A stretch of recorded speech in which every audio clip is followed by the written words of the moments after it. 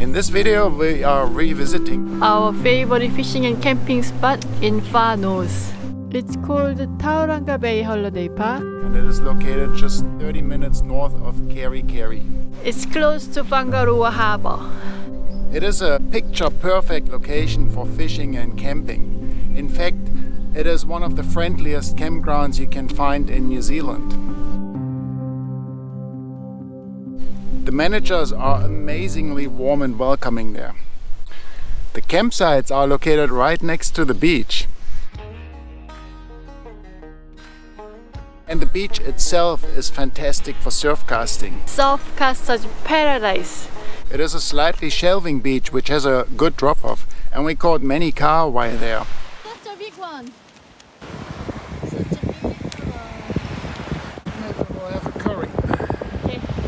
Some yellow-eyed mullet, a small snapper, and even a hammerhead shark. And in the end we got busted off by a massive shark just after dark. That was quite exciting actually. Now what can be better than waking up to the sound of waves and seeing a beautiful beach right next to your doorstep.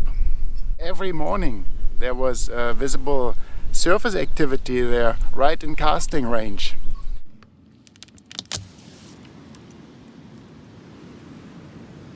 Unfortunately, in the first few days the weather turned against us with very heavy wind and rain. A northwesterly can be somewhat uncomfortable here and make fishing almost impossible. But nevertheless, we took every chance to do a little bit of rock fishing. First day, we went to the rock fishing spot, which is left side from the campsite. It's not very difficult. It's really easy walk through the beautiful beach and sand, and then a little bit climb over the rocks. Is the biggest jump that I have to make. As a short leg person, I have to go at once. Yeah, made it. Other than this, all the other parts are easy to climb over. Got heaps of bait and burley. And there are even some rod holders there. Rock fishing can be very good, but you have to be careful where you cast, as there are lots of rocks and weeds in the water. We used fresh bait that we actually caught off the beach, some yellow-eyed mullet, and we also had some salted mussels left over, and we caught lots of small snapper. And then we caught a really nice trevally, which unfortunately we lost trying to pull it up the rocks. The hook came out. We were like very nervous trying to pull it off the rocks, because we know that trevally have very soft mouth, and yeah, we lost it. No luck for Trevallies. Then we caught a nice big Kahawai off the rocks. That was pretty good, but unfortunately no more snapper. I really want to catch squid, so I tried a few casts with the squid jig, but wasn't no success. Unfortunately, it seems that drone fishing has become the most popular pastime at this camp. We think it's gone a little bit overboard actually. Huge drone, small drone, they fly right from the campsite. So I found that it's not too nice. As you know, we often do drone fishing ourselves, but we would never fly a drone in a busy campground like this. Bum, bum, bum, bum. Camping ground itself, it's not like a fancy, but they have everything what you need. Now the campground also has a really nice handy shop where you can stock up on bait and other fishing essentials. Or ice cream or milk or whatever you actually need for a few days. Launching kayaks and boats can be a little bit tricky here because of the beach break and undertow, but it's certainly possible on calm days. After the rainy and windy days had passed, I decided to try and catch a snapper with a pedalboard. I motored out to the entrance of the Whangaroa Harbour, but I could not find any snapper there either. I only found a few more large kahawai, which are always fun on light gear. On the way back to the reef in front of the campground, I caught and released a few goatfish. I think this is a goatfish. See the little bottles here? And then I caught a baby kingfish. That was pretty exciting. This one put up a decent scrap on my new Penn Spinfisher 2500 reel that I purchased previously at Hunting and Fishing in Kerikeri. Oh.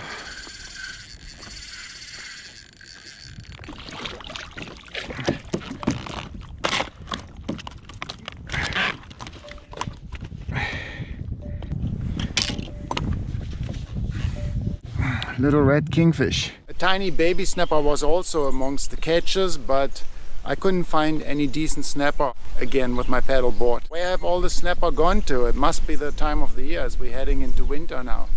Haitian meanwhile was practicing a bit of surf casting and learning how to use a Bionic Finger. Alright Haitian, are you ready? Yeah. This is the Bionic Finger here. Haitian hasn't used that so far. No, this is first time for me to use this one. So let's give that a try. It doesn't have to be super tight, so you can still pull it out. Yep, that's good. So I open this and then wrap around the 2 times anti-clockwise. Now close the finger and hold it like a trigger. Open this. Okay, I go now. Now hold the rod straight over your head like I'm and gonna then cast too. hold your rod like this. Okay, this can touch the ground there. Imagine the finger flying like a rainbow. Okay. So when it's like up there, like any other cast, you let go of that finger.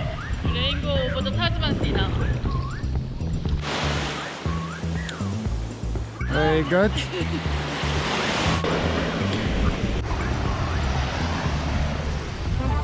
I made it to the first cast. It's not so difficult, it's easy.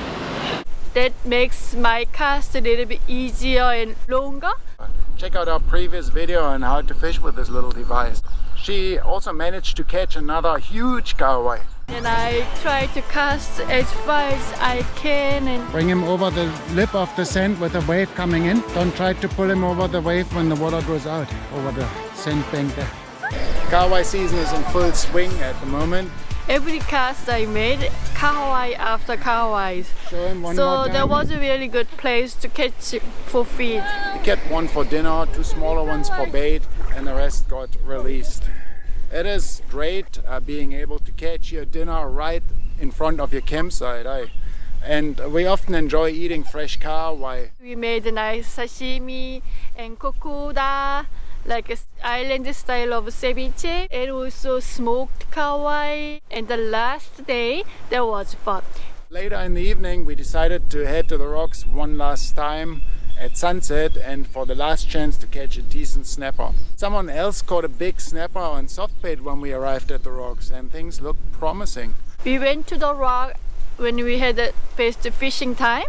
Guys, if you're new here, we run a popular international fishing website called Fishingreminder.com, where we predict the best fishing times, the best bite times, tide times, fishing weather, and all this kind of stuff you need to know to plan your fishing trips. You can create a free account there, and the reason we call it Fishing Reminder is because we remind you to go fishing, and then we'll send you an email reminder a few days before there's a really good day to go fishing on your particular location. It's international, it's worldwide, it works everywhere, including the best fishing weather as well. And we got a nice community. You can share photos, you can ask questions in our forum, you can leave comments and check also our latest videos, and you can also support us there if you like. This is fishingreminder.com, our website. It's about the sunset time and it was a beautiful pink sky. Using our freshly caught Kahawai bait, we started getting bites right away. We caught lots of small snapper. These guys are relentless at chomping away your hard-earned bait. Make the good always or eaten by nibbler's.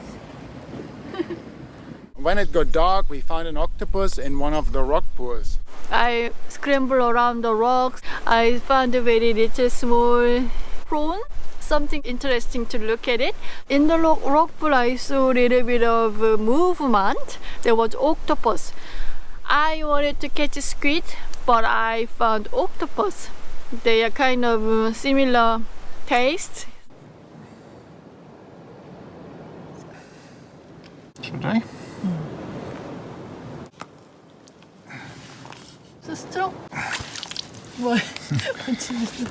I just gotta be careful because you got a beak there, isn't it? Oh no. Make sure we don't get this beak.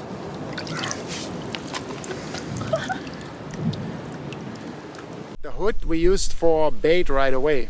And then we ate these tentacles. It's yummy. Something different and very tasty. And immediately we got a hit and finally landed a decent sized snapper off the rocks. It's him this time. It's a keeper, I think. Oh, keeper, finally. Fresh octopus bait.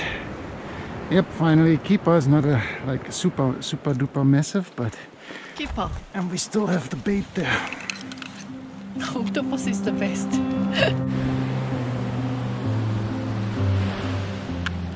Tauranga Holiday Park is a top location you must add to your bucket list. But Northland has so many more great fishing and camping spots. In this video up here we show you another spot that you must visit before you die. So you must check this out. Like and subscribe. Okay, bye.